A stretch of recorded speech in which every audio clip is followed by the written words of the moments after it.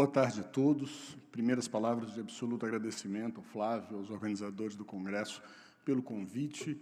Um agradecimento imenso à plateia que nos ouve e que, com toda a gentileza, com toda a galhardia, se dispõe a discutir algo como direito penal na esfera constitucional. Eu queria saudar também todos os meus colegas de mesa, e vou fazê-lo a todos, inclusive o professor Abdala, na pessoa da doutora Daniela Teixeira, querida amiga, grande ministra do Superior Tribunal de Justiça, que nos honra a todos. Muito boa tarde. Sigo, então, com aquilo que o Flávio tinha me pedido para conversar com os senhores. Por que dizer e por que dar o título a um livro e, consequentemente, dar um título a uma conferência com esta afirmação? E os juízes foram embora de Berlim. O nosso plano em 20 minutos é basicamente discutir com vocês a alteração do lugar de fala do juiz criminal brasileiro nos tempos que correm ou nos tempos bastante próximos ao dia de hoje. O que mudou e por que aquela parábola antiga que nós estudamos lá na teoria do direito penal, lá na teoria do direito ou na história do direito, acerca dos juízes que poderiam permitir que um moleiro de determinada cidade da Alemanha pudesse ter o seu moinho existente, mesmo que ele tirasse a vista do castelo do imperador. Porque o lugar de fala dos juízes previsto constitucionalmente é o lugar da imparcialidade, jamais da neutralidade, é impossível ser neutro, mas é o lugar da exposição do estado da sociedade num ponto em que o resolver os conflitos sem ter um lugar específico, sem ter um desejo específico, sem ter um projeto pessoal ou político específico, é um lugar fundamental para que a gente garanta a constitucionalidade desse mesmo juízo. Dito de outra maneira, nós só teremos um juiz constitucional se esse lugar de fala dos juízes não for um lugar que se apresente como permissível a qualquer tipo de projeto, permissível a qualquer tipo de compreensão do mundo específica. E eu digo isso de 3 maneiras distintas. A primeira delas é: mudamos o espectro da magistratura porque, num passado recente, a sociedade criou a figura do juiz-herói. Aquilo que eu chamo, num determinado momento, de juiz Marvel. Aquele desejo da sociedade de que o juiz fosse confundido com um herói. Que o juiz fosse confundido com aquele que pode resolver todas as nossas mazelas, todos os nossos problemas, todas as nossas dificuldades. E, ao fazê-lo, ele capitaneava consigo um desejo coletivo de supressão de um Estado extremamente deletério e nos levava todos nós juntos para um lugar de extrema felicidade. Esta visão do judiciário, essa primeira visão do judiciário que a sociedade contemporânea nos legou, é uma visão que retira o lugar de fala do juiz e, portanto, retira o juiz daquela Berlim imaginária no mito que a gente conhece lá dos nossos tempos de faculdade.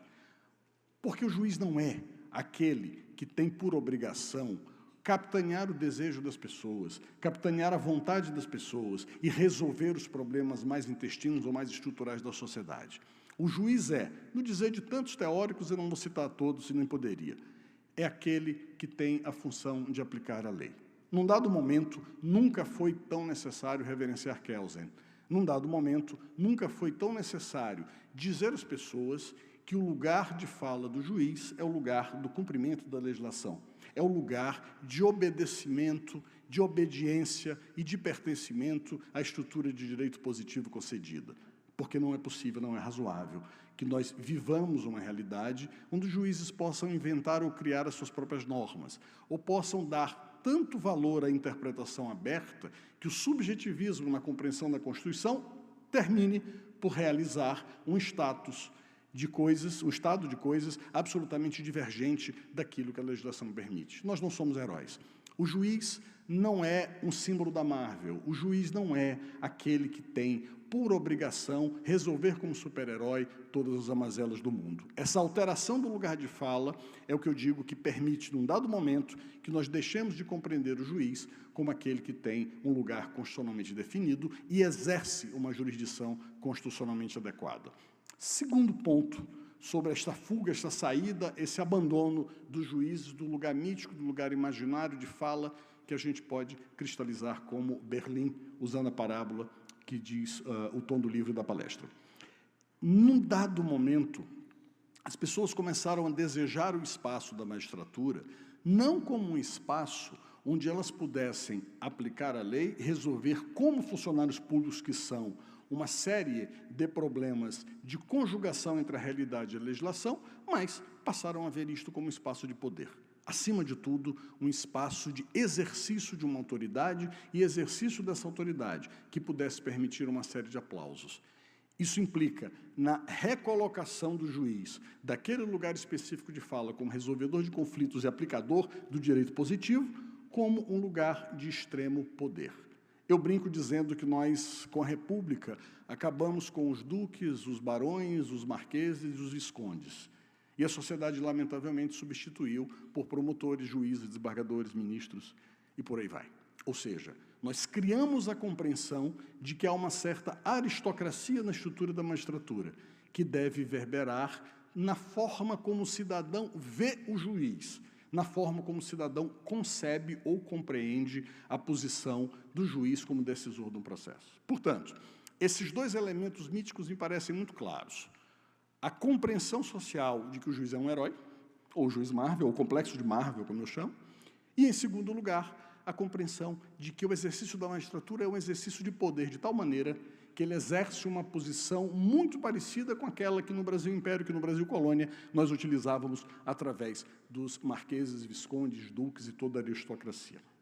Essa ressignificação de um juiz que deixa de ser o que deveria, dentro da compreensão de 1789 para diante, da compreensão de Condorcet, da compreensão de todos aqueles iluministas que nós lemos, estudamos e gostamos, ele passa a ser um juiz que tem, acima de tudo, a função de exercer um poder, de colocar-se como herói, porque nós temos um estado de depreciação tal da sociedade que talvez a grande maioria de nós deseje uma superação, mas deixa de compreender essa superação dentro da estrutura do Estado democrático de direito e passa a compreender essa supressão através de um individualismo ou de um desejo, de um messianismo, de uma compreensão de realidade absolutamente subjetiva. Esses são os dois, eu diria, primeiros passos para essa fuga, esse abandono, essa retirada dos juízes do lugar mítico de fala, denominado o lugar daqueles que existem em Berlim. E o terceiro deles?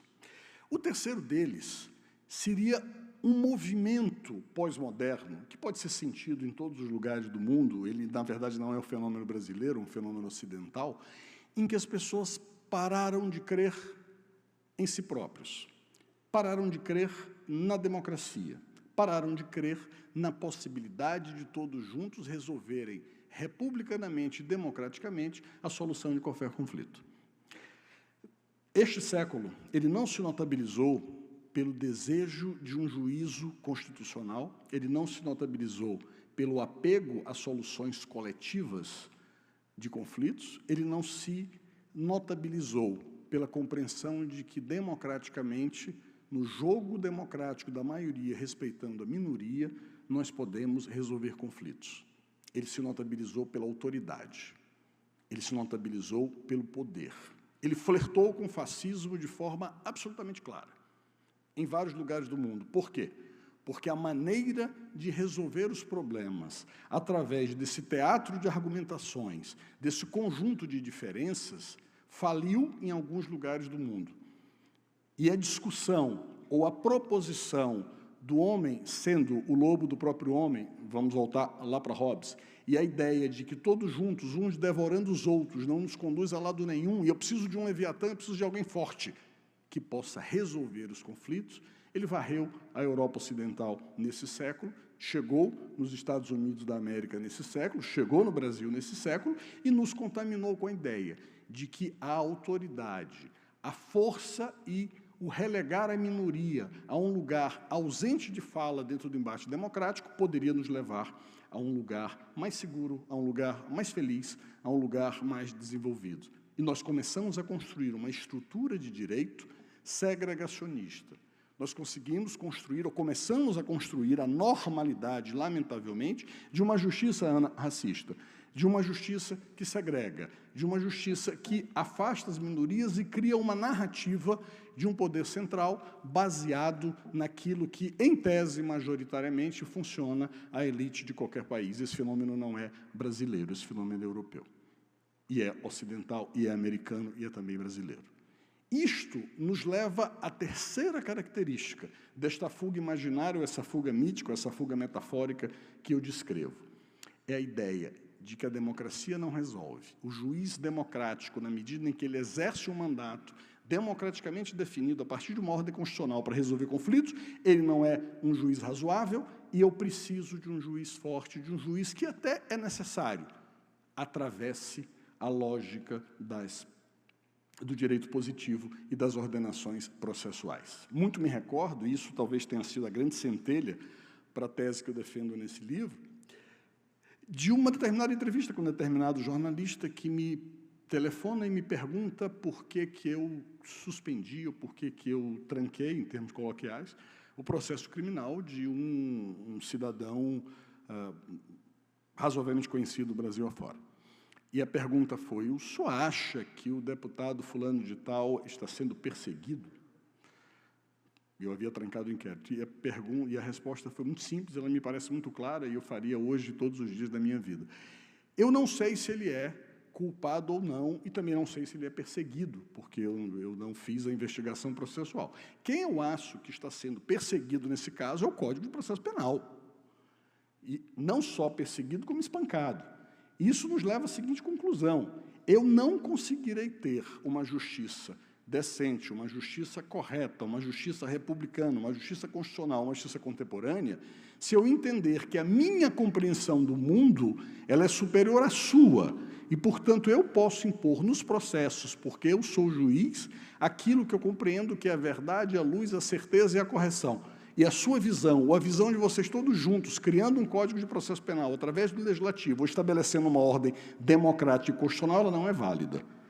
Porque a minha iluminação, a minha compreensão da sociedade, a minha compreensão dos problemas, dos processos, dos acertos e dos erros, ela é muito superior àquela que vocês todos juntos podem construir. E esta figura, que passou a povoar o imaginário dos que vieram para a magistratura nesse milênio, dos que acreditaram na magistratura desse milênio, que é o juiz herói, que é o juiz que tem a sua iluminação para compreender o mundo, que é o juiz que não precisa da sua legitimidade com base constitucional e democrática, e o juiz que esquece a realidade da sociedade como um todo e não compreende o universo da maioria e da minoria num embate que é eterno e se vê como solucionador e o dono da verdade, ele passou a ser a normalidade dos juízes ou a normalidade da compreensão que os juízes fazem de si mesmos. O problema disso, ele pode ser dito por alguém que é extremamente importante na construção da minha geração como teórico, que é o Agostinho Ramalho Marques Neto, quando ele diz o seguinte: Deus me perdoe da bondade dos bons, porque da maldade dos maus eu mesmo me protejo.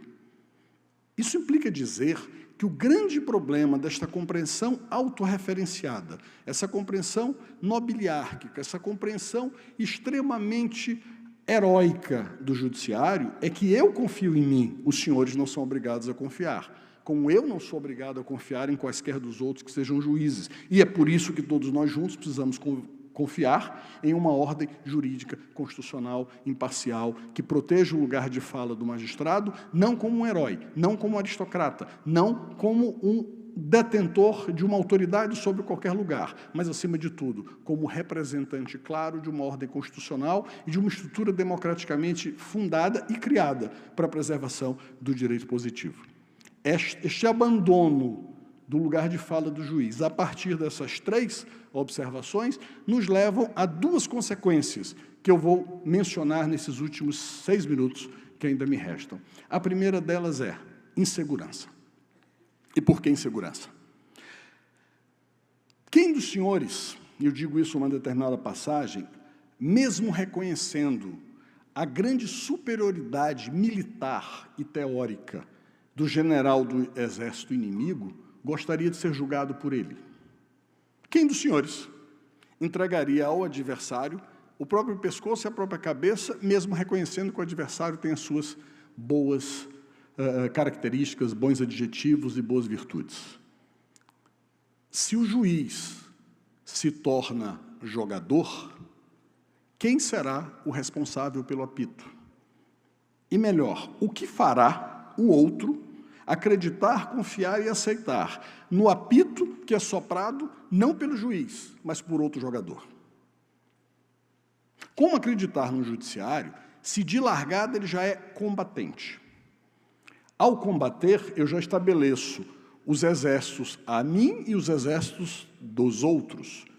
Eu já jogo o jogo não como um juiz, eu jogo o jogo como um general de um exército que tem um embate sobre outros. E, consequentemente, eu estabeleço uma lógica de posicionamento que trará, como primeira consequência que eu quero mencionar, a ausência de credibilidade, a ausência de confiabilidade, a ausência de compreensão que você é pertinente àquele próprio Estado, a ausência de respeitabilidade na compreensão que o outro, mesmo sofrendo uma decisão desfavorável, tem de você mesmo. E numa sociedade em que não somos majoritariamente brancos, mas majoritariamente os lugares de poder são ocupados por aqueles que não são afrodescendentes, aqueles que não são descendentes das comunidades autóctones. Por que eu vou querer ou achar que eles podem respeitar a minha estrutura de compreensão de poder e de decisão se eles não fazem parte dela? Se eu não obedeço à estrutura que democraticamente no direito positivo é estabelecido para que eu obedeça, de onde vem a minha confiabilidade? E de onde vem a minha legitimidade? O que farei com ela? Foucault diz isso, e tantos outros sociólogos do direito dizem, e mais recentemente Bauman diz a mesma coisa. A confiabilidade, a credibilidade, a aceitação de uma esfera de poder, ela não vem da força bruta. O que vem da força bruta é a suportabilidade. A aceitabilidade vem da legitimação. E como encontrar uma legitimação se o juiz vira herói, combatente, aristocrata e absolutamente negacionista da própria existência do Estado democrático de direito? O déficit de confiabilidade, o déficit de respeitabilidade, o déficit de assimilação da correção ou da plausibilidade da decisão, mesmo lhe sendo desfavorável, ele sucumbe porque nós deixamos de ter aquilo que o Luhmann chama de legitimação pelo processo. Porque o processo é corrompido pela alteração do lugar de fala do juiz. Essa é a primeira grande consequência.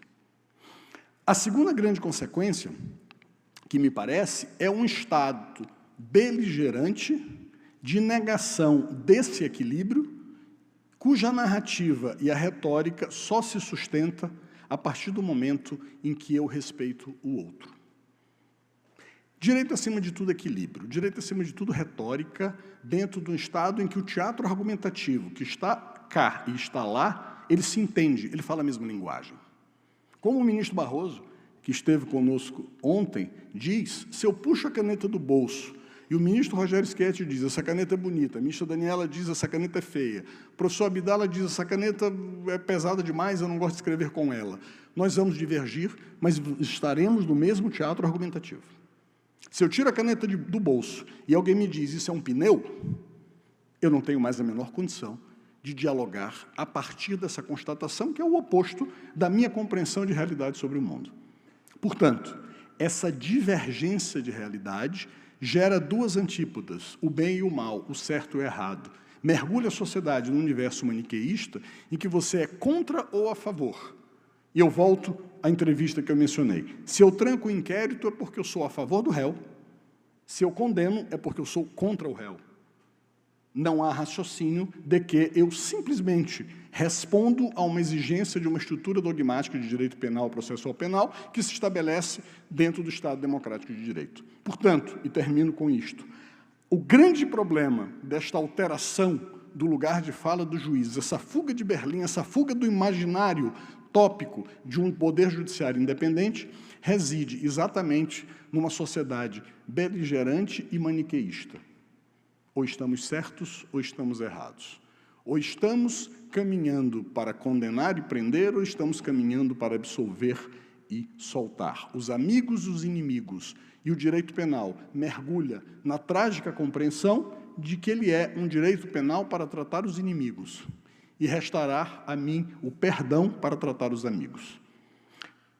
Este complexo nos faz crer que precisamos urgentemente alterar a compreensão que a sociedade organizada e desorganizada tem do que é ser juiz. Qual é o lugar de fala do juiz?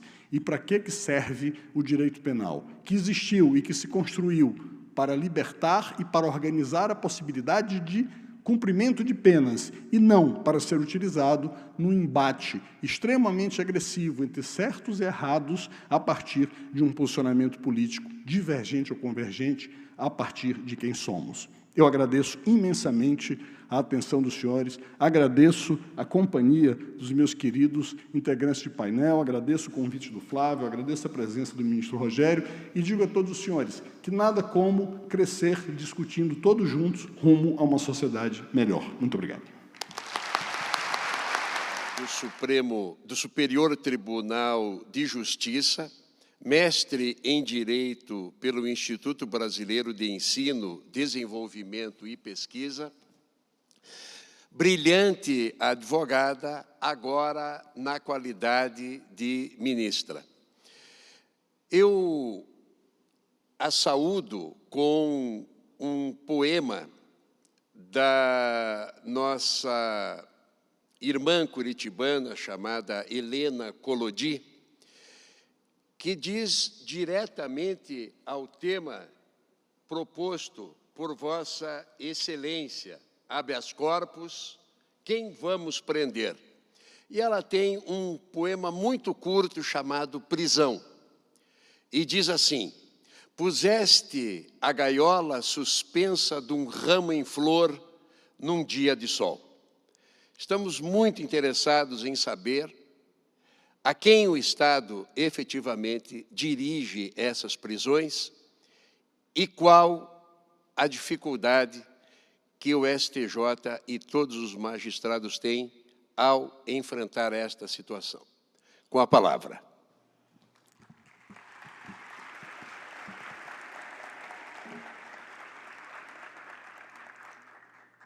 Obrigada a todos e a todas aqui dessa encantadora cidade de Curitiba. É uma imensa alegria para mim estar aqui. Obrigada, doutor Flávio, meu amigo já de caminhada na OAB há 15 anos. E a minha mesa tão especial, onde eu vejo tantos amigos. Presidente Abdala, direito é penal, o resto é contrato. Partiremos dessa premissa. Tá vendo? É isso.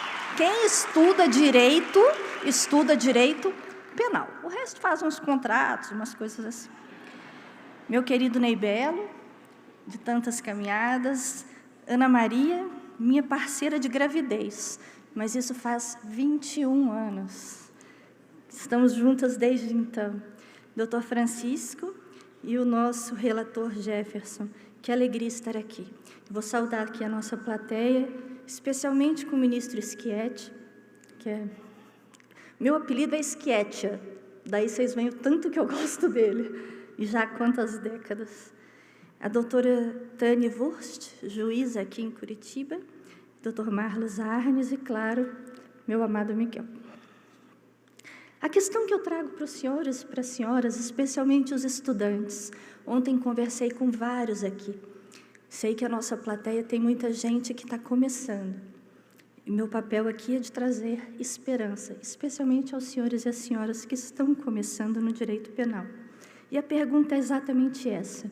O que nós consideramos crime? Os senhores e as senhoras têm sempre que pensar quais são as liberdades que nós queremos proteger. Isso depende daquela sociedade e daquele tempo. O mesmo ato que a gente chama no direito penal de tipo penal, que é um verbo, matar, subtrair, ele em uma sociedade ou na outra pode ou não ser considerado crime. O nosso problema não é o que a gente considera crime, é quem a gente considera que cometeu aquele crime. Porque o que nós vamos ver aqui ao longo desses 30 minutos, só me deram 20, hein, Flávio? Era 30. Já estou vendo ali que está faltando 10. O que nós vamos ver aqui nesses 28 minutos é que o mesmo verbo é tratado de uma forma muito diferente no Poder Judiciário brasileiro, dependendo, Ana, que é a sua fala, de quem praticou aquela conduta. E eu vou voltar um pouco no tempo para falar dessa questão de liberdade e de prisão. Já nos primeiros slides, vocês vão perceber que aqui no Brasil Como diria Karl Marx, no 18 de Brumário, a história se repete. Na primeira vez como tragédia, na segunda como farsa. Nós temos a mesma lei sendo interpretada de formas diametralmente opostas, dependendo de quem cometeu aquela conduta. O que a gente vai falar aqui é isso. Quem o Estado vai prender, quem está querendo ser solto e qual é o nosso papel do juiz no meio dessas duas vontades, entre quem prende e quem quer sair da prisão. Então, nós começamos aqui em 1824, e vocês que estão chegando vão falar, Dani, você vai voltar 200 anos. Vou no shopping e volto umas 6h30 da tarde. Não, pode ficar. Vocês vão ver que está tudo se repetindo de uma forma muito impressionante. Em 1824, nós tínhamos as cartas de seguro. O que era isso? Era um seguro mesmo. O réu se comprometia a não sair ali da comarca, ele dizia que era inocente, e o juiz, então, emitia essa carta de seguro, onde ele analisava a situação rapidamente do réu e dizia que o réu não precisaria ficar preso até o fim do processo. A palavra do réu naquele momento valia muito mais do que ela vale hoje, 200 anos depois. Na carta de 1824, está escrito no artigo 179, ninguém poderá ser preso sem culpa formada. Que revolucionário! A gente levou quase 200 anos para o Supremo Tribunal Federal, em 2019, dizer rigorosamente a mesma coisa. E vale aqui a lembrança do grande professor parecerista Lênio Streck, que já esteve conosco ontem, estará na palestra de encerramento hoje. Foi um dos grandes responsáveis pela ADC 43, 44, mas professor Lênio, 200 anos para o Supremo dizer o que já estava na carta de 1824. Mas sempre foi assim, Dani? Não. Por quê? Porque a carta de 1824 ela era claríssima. Ela só se aplicava aos nobres. Então, essa ideia de trânsito em julgado, só pode prender depois do trânsito em julgado, para a pessoa comum e simples do povo brasileiro, chegou 200 anos depois. Então, nós temos, seguindo na história, você vê que andei um pouco, em 1832, o nosso primeiro Código de Processo Criminal. Até nisso o CPC nos copia, né? CPC não é Código de Processo Civil, Código de Processo Criminal. Não é isso, Abdala? Desde 1832. Em 1832, constou expressamente o Instituto do Habeas Corpus. Todo cidadão que entender que ele ou outrem sofre uma prisão ou constrangimento ilegal em sua liberdade tem direito de pedir uma ordem de habeas corpus em seu favor. Isso em 1832. E também punia o juiz, aspas, que vier a embaraçar ou retardar a concessão da ordem quando lhe for regularmente requerida. E também punia aquele que se recusasse a prestar auxílio ao oficial encarregado da execução de uma ordem legítima de habeas corpus. Em 1832, a gente estava punindo aquele juiz que prendia o réu sabendo que ele era inocente, aquele que deixar de relaxar prisão manifestamente ilegal, aquele que substituir a prisão preventiva, deixar de substituir a prisão preventiva por medida cautelar diversa, e aquele juiz que deixar de deferir liminar ou ordem de habeas corpus quando manifestamente cabível. Esses 3 incisos que eu li, eles poderiam estar na Carta de 1832, mas eles estão na Lei de Abuso de Autoridade, aprovada em 2019.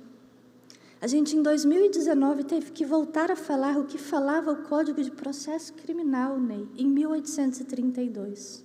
Por quê? Porque a Lei de Abuso de Autoridade serve para prevenir o que aconteceu nessa estrada com esse cidadão brasileiro que foi sufocado por gás lacrimogêneo por agentes do Estado. A lei que já existia desde 1832 não entrou em vigor para eles. Foi preciso, em 2019, fazer uma lei praticamente idêntica. Em 1871, o habeas corpus passou a ter natureza preventiva. Vocês que estão estudando, quando forem estudar, vai sempre fazendo um paralelo para que você perceba que a história ela caminha para alguns e vai deixando outros na margem. Então, o habeas corpus passou a ter natureza preventiva. Vocês perguntam, Dani, o que é isso? É quando a pessoa nem presa está e o judiciário a protege e diz, não prenda. Preventivamente, já estou dizendo que o que ela vai fazer, ela não pode ser presa. 1871, o texto é lindo e diz mesmo que aquele que estiver ameaçado de sofrer uma... Claro, obrigada. Aquele que estiver ameaçado de sofrer uma coação na sua liberdade de movimentação, locomoção, será protegido pelo habeas corpus. Nossa, isso é muito belo. Isso é realmente lindo. A gente se emociona. 1871, vocês lembram como estava o Brasil nessa época? Vivendo um dos piores regimes de escravos do mundo, da história. A lei de 1871 se aplicava a eles, Ana? Não. A maior parte dos brasileiros estava num regime de escravatura. A lei existia, não se aplicava a eles. Alguém questionava? Também não. O instrumento estava lá, garantia a liberdade de locomoção. Não era utilizado pelos advogados brancos em prol do outrem. A lei falava ele ou outrem. O outrem negro era ignorado por essa lei em vigor. Ou seja, essa lei 2033, de 1871, belíssima, ela não servia a essa população. Esse habeas corpus servia para os poucos nobres, estatisticamente irrelevantes do nosso país. É verdade que Esperança Garcia, a senhora da foto, do desenho, foi aclamada pelo Conselho Federal em 2022 como a primeira advogada do Brasil, porque em setembro de 1870, ela não era advogada, ela era uma mulher escravizada, ela redigiu uma carta, não uma petição, ao governador da capitania do Piauí, e não a um juiz do então Tribunal de Relação. E ela relatou os maus tratos que ela e seus companheiros sofriam na fazenda onde eram mantidos escravos e pedia melhorias nas condições de vida. Por isso, ela é considerada a primeira mulher advogada do Brasil. O texto é belíssimo, sem dúvida, considerado um dos primeiros documentos de reivindicação de direitos humanos no Brasil, um registro histórico da resistência do povo negro nessa terra. Mas não era um habeas corpus, não se fundava no Código de Processo Criminal, e não há registro histórico de que tenha havido qualquer melhoria em função desta carta. Ela não foi liberta, seus companheiros não tiveram melhores tratamentos após a carta. Ou seja, a Esperança Garcia não foi protegida pela Lei 2033, de 1871, que estava em vigor. A lei era bela, belíssima, só não servia para nada. Pelo menos não servia para nada para a maioria do Brasil. E vocês acham que isso ficou em 1871? Não. Nossa situação é absolutamente igual atualmente. Nós temos hoje a Lei 11.343, é a lei antidrogas, desde 2006, quase 20 anos, em vigor. E essa lei tem um artigo muito famoso, que a gente nem fala da lei, a gente fala, isso aqui é 33, parágrafo 4º. Isso existe. É um artigo 33 que fala do que é crime em relação às drogas, e o seu parágrafo 4º exclui da aplicação de grande parte da lei e diminui a pena de 1/6 a 2/3, transforma aquela pena em quase nada para quem seja primário, tenha bons antecedentes, não se dedique à atividade criminosa e não integre organização criminosa. Esses conceitos são um pouco fluidos. Você pode até falar que o primário é quem não tem condenação, mas aí a gente vai perguntar, mas vale o que está sendo processado? Vale o trânsito em julgado? É fluido, amigos, é muito fluido. Na vida real, na vida do tribunal, na vida da delegacia, especialmente na vida do guarda municipal e do policial militar, essa lei só se aplica para o quadro de cima. Branco, rico, playboy, me coloco entre eles. Não teria literalmente lugar de fala aqui. poderia ser o meu filho na foto de cima. Mas a verdade é que ela só se aplica a essas pessoas. A lei está em vigor, mas ela não se aplica para quem está na parte de baixo da foto. Os agentes primários de bons antecedentes que não se dedicam às atividades criminosas, que não integram a organização criminosa, são os que a gente quer ver assim. Uma lei linda, mas que não se aplica a grande parte da população, assim como a lei do habeas corpus de 1871 também era linda e não se aplicava aos escravizados. Nós temos no Museu do STJ, que eu recomendo a visita, um habeas corpus impetrado em um lençol do sistema penitenciário. Ele é escrito de cima a embaixo, com uma caligrafia bem legível. Ele foi feito por um interno do Ceará. Em 2010, ele estava preso há 3 anos, por um crime sem violência. Assim como Esperança Garcia, ele também não era advogado. E assim como Esperança Garcia, a resposta também não veio. Seu habeas corpus não foi sequer conhecido no Superior Tribunal de Justiça por razões processuais. A sua voz também não foi ouvida, apesar de leis tão garantistas como aquela que estava no slide anterior. Poderia se aplicar a ele? Poderia. Se aplicou? Não. Ponto. Se aplicou? Não. Ponto. Em 200 anos, eu tenho a esperança que a geração que vem depois de mim, depois de mim, depois de mim, depois de mim, olhe para esse lençol com a mesma vergonha que a gente sente quando lê o texto de Esperança Garcia, com o mesmo horror. Por que esse lençol não comove as pessoas como o texto de Esperança Garcia hoje nos deixa tão indignados? O que eu vim fazer aqui foi pedir isso aos senhores, especialmente os que ainda não estão acobertados por aquele não é problema meu, que são vocês, os jovens, os estudantes, a nossa esperança. Enxerguem a realidade das prisões no Brasil, com olhos de quem quer ver. E eu pergunto, antes que você me julgue, lá vem mais uma da turma dos direitos humanos. Você já esteve num estabelecimento prisional? Você já sentiu aquele cheiro? O cheiro não sai de dentro do seu nariz por uns 3 dias. Então, antes de falar em punição, antes de dizer que uma pessoa deve passar 20 anos presa, visite um presídio. A realidade do Brasil é que o Brasil prende muito, prende mal, e só prende quem quer prender. A prisão virou uma política pública para tirar da nossa frente aqueles que a gente preferia que não existisse, e a gente prefere que eles fiquem por lá. Mal comparando, temos aqui, passou, temos aqui, mal comparando com Michel Foucault, que em 1975 escreveu o clássico Vigiar e Punir. Hoje, no Brasil, o livro deveria se chamar A gente pune quem a gente vigia. Essa é a verdade. Se alguém ficar 24 horas sendo vigiado, certamente vai cometer algum crime que poderia levá-lo para um estabelecimento prisional, dependendo de que lugar você ocupa na cadeia de produção brasileira. O conceito central do livro de Foucault é a ideia de uma prisão de vigilância contínua por um guardião invisível, que levaria a um comportamento esperado. Esse guardião invisível é o guarda municipal, é o policial militar. Só vigia quem a gente quer que ele puna. Não tivemos revistas de bolsas aqui no nosso evento, ali na porta. Não temos invasão de domicílio pela polícia militar nos nossos vizinhos. Não há dúvida que a lei que permite enquadrar o porte de droga como tráfico privilegiado ou como porte para uso não se aplica aos meninos negros que moram em regiões menos abastadas do Brasil.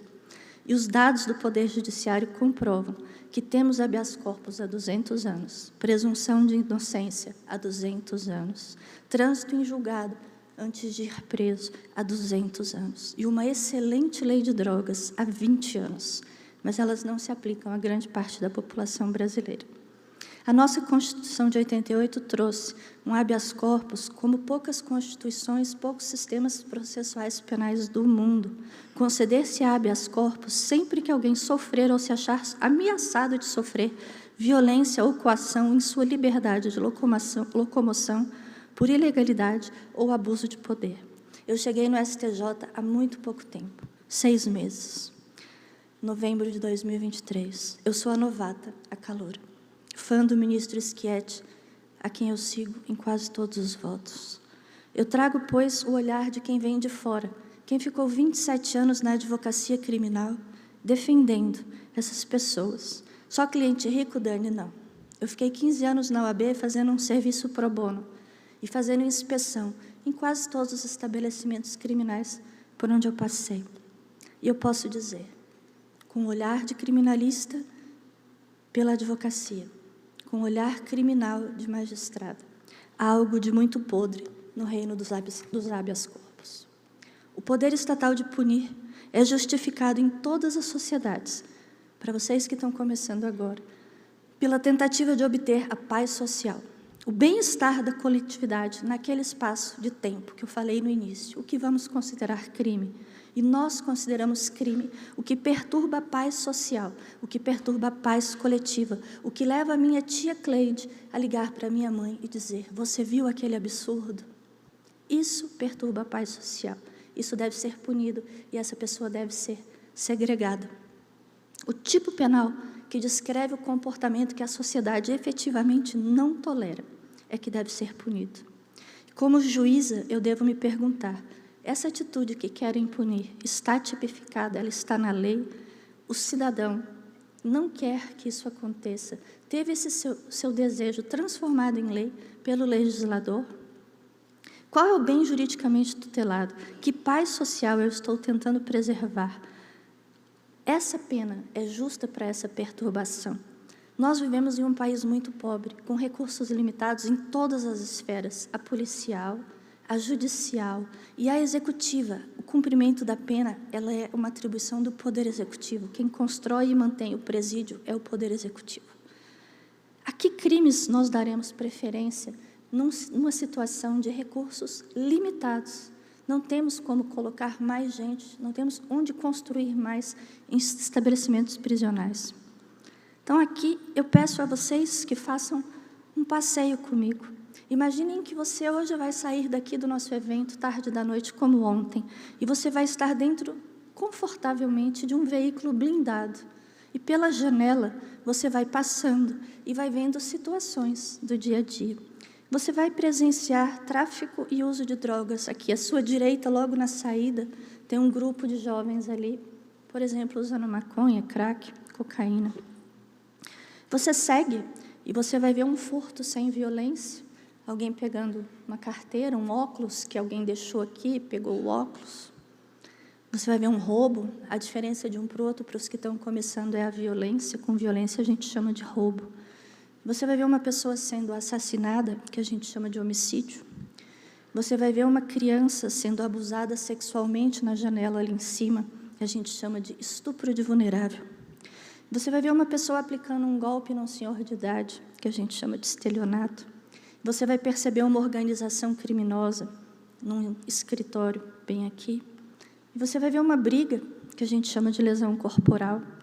Você vai ver uma mulher sendo estuprada. Você vai ver uma cena de violência doméstica. Confortavelmente sentado no seu carro blindado, você só pode fazer uma ligação para o 190. Recursos limitados, pessoal, vamos lembrar a realidade do Brasil. Nessa noite, qual crime você denunciaria? Quais dessas condutas efetivamente perturbam a sua paz social? Qual delas você queria que chegasse para mim, ministra do STJ, para eu julgar, sentenciar e mandar prender? Dentro do nosso contexto de não tem mais vaga na prisão, não tem mais jeito da gente julgar mais habeas corpus no STJ, você vai ter que escolher. Qual você escolheria? É isso que está em jogo. A gente pode querer prender todo mundo, não vai dar, então a gente vai prender alguns. A pergunta é essa: quem a gente está prendendo? E a gente está prendendo quem está te perturbando? Ou a gente está prendendo aquele que você não está nem ligando? É isso. Esse foi o acervo que eu recebi no Superior Tribunal de Justiça em novembro de 2023. Desde o primeiro dia, eu busquei entender o que isso significava. Isso estava muito longe da minha realidade de advogada criminal. Foi um choque. E o choque não é só meu. Eu tenho feito essa palestra quase toda semana. E quase sempre um ministro do STJ na plateia. Um futuro presidente, um vice-presidente, um corregedor. No fim, todos falam: Dani, nunca imaginei essa realidade nas turmas criminais. O desafio é imenso. Eu recebi 13 mil processos. 30% deles se referem a tráfico de drogas. Aqueles rapazes ali fumando maconha. 30%, 1/3. Não estou falando de organização criminosa, do grande traficante. Esse é o último item. Promoção, constituição, financiamento e integração de organização criminosa, 1%. Tráfico de drogas, 30%. Para ser exata, 28,91%. 30%. Dos processos criminais do STJ se referem a tráfico de drogas. 1/3 da força policial brasileira, 1/3 da força do judiciário brasileiro, 1/3 das nossas prisões. Tráfico de drogas, sem violência, sem organização criminosa, sem associação para o crime. Tráfico de pequena quantidade de droga. Outro item que não está aí, lesão corporal. Eu tenho 0 processos sobre lesão corporal em 13.000. 0. Eu já olhei todos os processos, nós já dividimos os processos. Acontece o quê? Você saiu aqui e viu uma briga. Então, Dani, por que tem 0 processos? Porque, de uma forma ou de outra, as pessoas estão se entendendo. Na delegacia, num acordo de não persecução penal, não registrando ocorrência, as pessoas estão se entendendo com lesão corporal. Ela não chega ao judiciário. Isso é ótimo. Eu devia ter coisa mais importante mesmo para me preocupar. Estupro é um arraso. Eu tenho 2 casos de estupro de mulher adulta, e é estatisticamente irrelevante. Eu tenho 668 casos de estupro de vulnerável, 300 vezes mais do que estupro em mulher. As crianças brasileiras estão passando por uma tragédia nunca antes vista e que precisa ser estudada seriamente. Os ministros mais antigos me dizem que esse não era o quadro há 3 anos atrás. É papel dessa academia estudar o que está acontecendo. E organização criminosa, como eu disse, só tem 1%. Nós estamos julgando e prendendo muito pouca gente que, de fato, movimenta e preocupa a sociedade brasileira. Em novembro de 2023, o presidente Lula decretou a garantia de lei da ordem, chamada de GLO, nos aeroportos e portos do Rio de Janeiro e São Paulo, para combater esse 1%. O traficante de verdade. A GLO deveria ter acabado mês passado, maio agora, foi prorrogada até o fim de junho. E foram feitas 11.200 fiscalizações em 107.000 cargas. Uma fantástica apreensão de drogas e de armas. Esse é o caminho. Prender essas pessoas que têm 400 quilos de cocaína é o caminho. Eu só vou ter que julgar um habeas corpus. Nem vou dizer a vocês o que eu vou fazer com eles, mas vai ser só um. É bem diferente de julgar 90 habeas corpus por dia, todos os dias, de pequenos traficantes. O que eu encontrei no meu gabinete é rigorosamente o que se repete entre os temas mais julgados pelo Superior Tribunal de Justiça nos anos 22 e 23, com um aumento exponencial do tráfico. Só piora. Em 2022, foram 13.240 casos julgados. Em 23, 20.125 casos julgados. E eu tenho certeza absoluta que fecharemos 24 na mesma proporção de 20% a mais. E aí vocês percebem os crimes que nós estamos julgando. E o que nós julgamos se reflete imediatamente no que a Secretaria Nacional de Políticas Penais mostra como presos no Brasil. Temos hoje 852.010 presos, pessoas presas no Brasil. Esses dados são de dezembro de 23 e reflete exatamente o que eu disse há pouco. Dos 852 mil presos, apenas 319 mil cometeram crimes considerados violentos. Nós temos, então, 500 mil presos em estabelecimento penal que cometeram crimes sem violência. 532.689 presos. Um exército de pessoas que não praticaram crimes violentos, que estão dentro do estabelecimento prisional, que é hoje um exército para o crime organizado cooptar. Não há dúvida. Nosso sistema prisional foi considerado inconstitucional pelo Supremo Tribunal Federal, tamanho o horror do que se passa lá dentro. Temos aqui esses dados mais divididos e chegamos ao que interessa. O nosso recorte de raça, Ana, é vergonhoso. É vergonhoso. Nós prendemos muito, prendemos mal, prendemos uma parcela da população que certamente poderia estar solta, que cometeu crimes sem violência.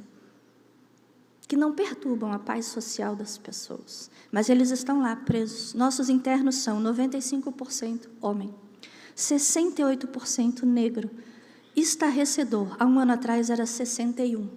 Então, nós estamos prendendo cada vez mais os negros. 62% é jovem, tem entre 19 e 34 anos. 80% tem o ensino fundamental, 15% ensino médio, 5% ensino superior.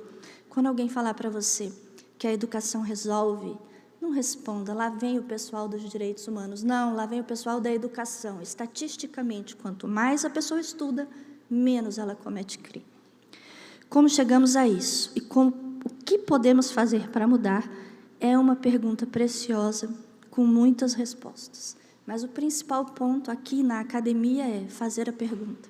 Dani, você traz solução? Claro que não, eu estou lá há 6 meses, gente.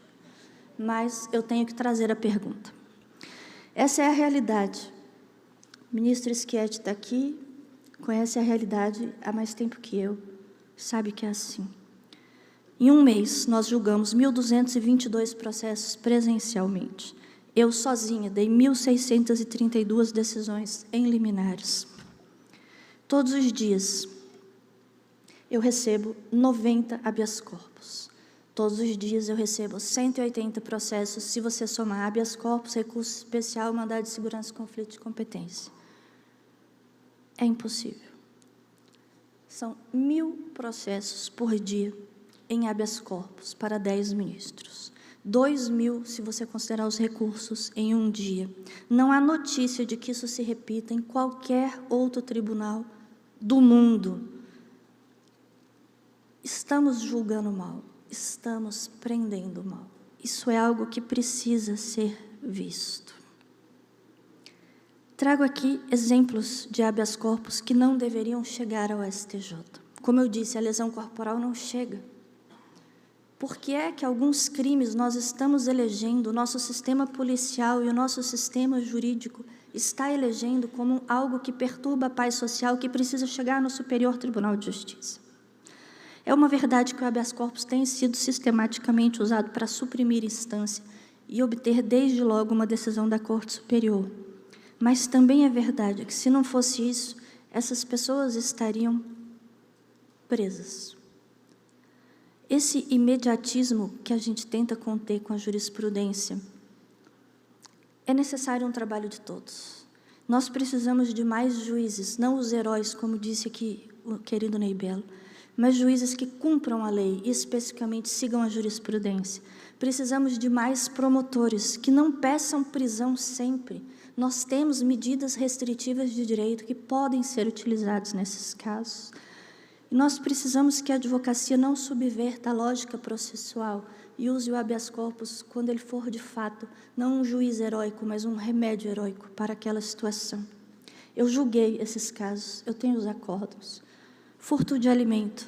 Os réus foram condenados a apenas de 3 anos, 1 mês e 10 dias por furtar 2 refrigerantes, uma Coca-Cola e uma Fanta laranja. Valor superfaturado pelo delegado, R$ 34,00. Bom, pode ser que em alguma balada custe R$ 34,00, não no mercado.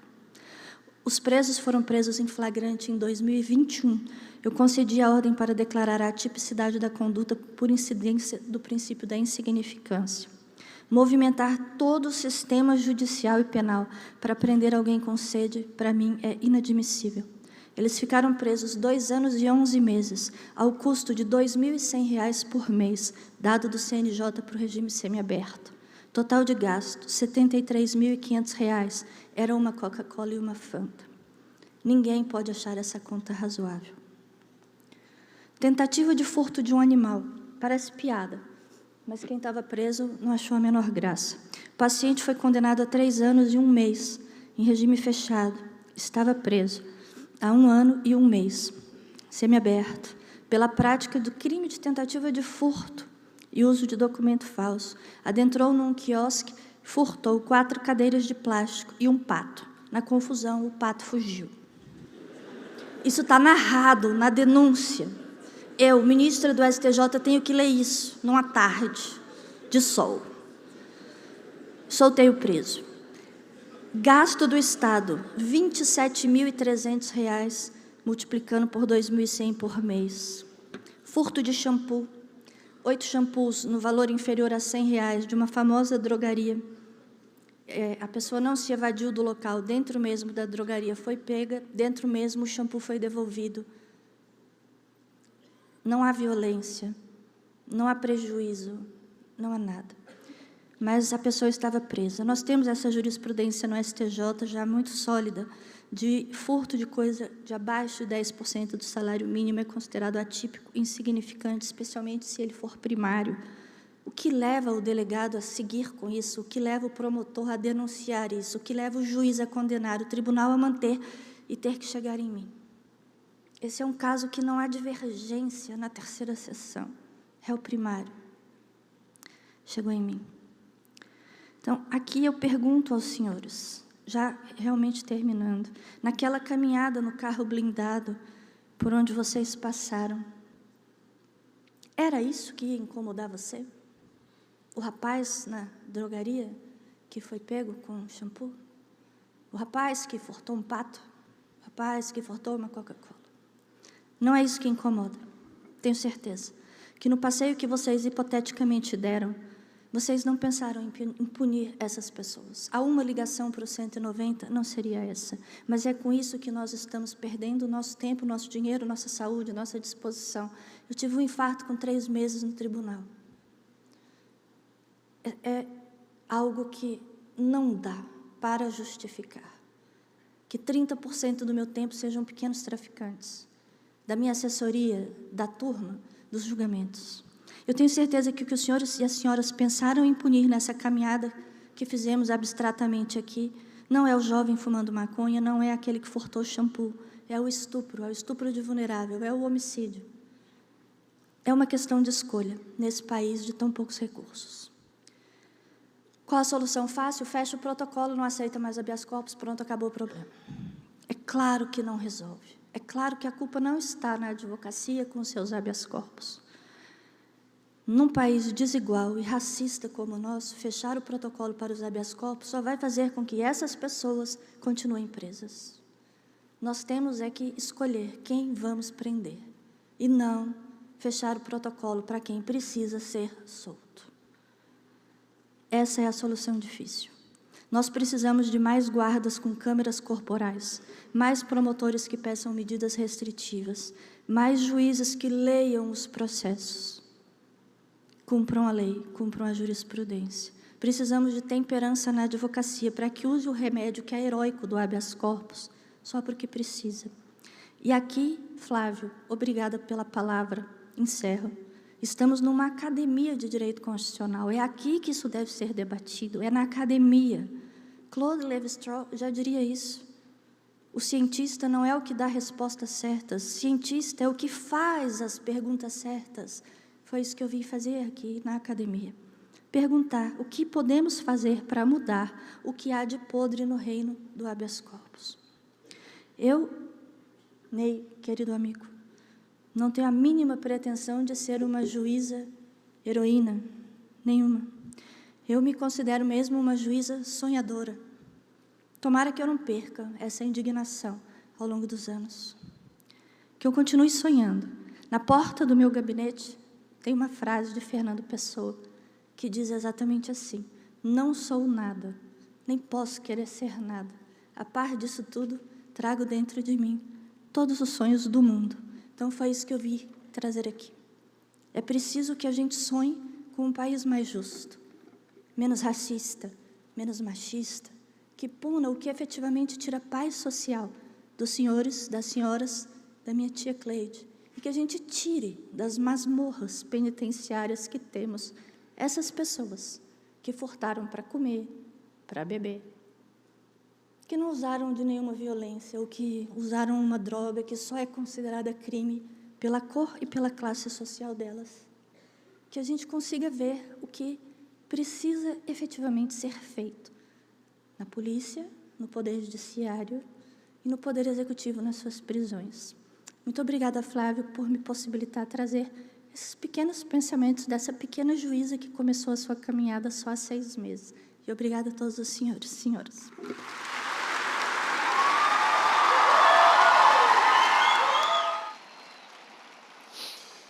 Assim, encerramos os nossos agradecimentos à Vossa Excelência, dizendo que nós não aceitamos migalhas constitucionais. As únicas migalhas que nós aceitamos são do portal de notícias de artigos jurídicos, dos quais todos nós somos muito fãs. Muito obrigado uma vez mais.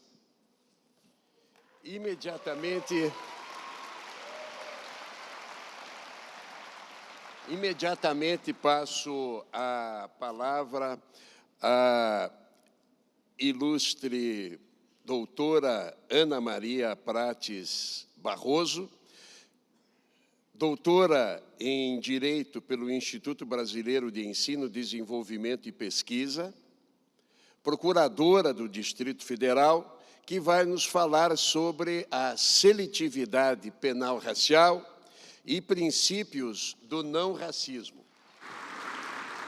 A poetisa Helena Collodi, de Curitiba, oferece o seguinte poema: a Vossa Excelência: Deus dá a todos uma estrela. Uns fazem da estrela um sol, outros nem conseguem vê-la. E além da Helena Collodi, também queremos lembrar a grande guerreira Nina Simone, que diz: vou te dizer o que é liberdade. Liberdade é não ter medo. Com a palavra, Vossa Excelência. Boa tarde a todos. Eu cumprimento os colegas na pessoa da ministra Dani, uma companheira de gravidez, como ela disse, não precisava ter dito, ainda bem que você não disse os anos, né, Dani? Ainda bem. O tema que eu vou falar é um tema muito caro a mim, que é sobre a seletividade penal racial. Eu fui defensora há muitos anos, fui defensora por um período de 13, 14 anos. E saí da faculdade, passei no concurso para a defensoria. Apesar de eu ter vindo de uma família humilde, um pai que nem tinha o primeiro grau completo, eu me assustei com a realidade que eu me deparei na defensoria. O banco dos réus era negro. O presídio, além de ter cheiro, ele tem cor. Eu não via ninguém da minha cor fora do banco dos réus. Isso foi um choque de realidade para mim, apesar de ser a única negra na faculdade, o choque de realidade em ver do outro lado. Com certeza, não é porque negro pratica mais crime. Com certeza que não. E, eu acho que aqui, dentro dessa realidade, nós vemos algumas pesquisas. Rio de Janeiro, aqui, que 48% da população é declarada negra. Nas abordagens policiais, 70% dos que são abordados são negros. 17% desses negros foram abordados mais de 10 vezes. Mais de 10 vezes, 17% foi abordado. Aqui, um dado que nós temos também do CNJ, em que, em pesquisa em 6 estados, constatou-se que entre os não negros conduzidos à audiência de custódia, 49% permaneceram presos e 41% receberam liberdade provisória. Já entre os negros, que eram a maioria, 55% deles teve a prisão mantida. Condenações injustas, que o ministro Schietti tem feito um trabalho numa tentativa de sistematização disso. A Defensoria constatou que 80% das absolvições dessas condenações injustas, os condenados eram negros. Diferenças de condenações entre brancos e negros. Essa daqui é realmente estarrecedora. Um branco, para ser considerado traficante, ele carrega uma média de 1,150 kg de droga. O negro, com 145 gramas, já é considerado traficante. Isso aqui não fui eu, são dados, todos dados estatísticos. A taxa de assassinato de negros é de 76,5% a 83%. mulheres negras são mais assassinadas do que mulheres não negras. O reflexo também nós temos nos policiais negros. O número de policiais negros é 2 vezes maior do que os policiais brancos, não negros. E o sistema penitenciário é negro. O sistema penitenciário tem cor, ele é negro. Certamente, e eu repito, não é porque o negro tem uma tendência para crime.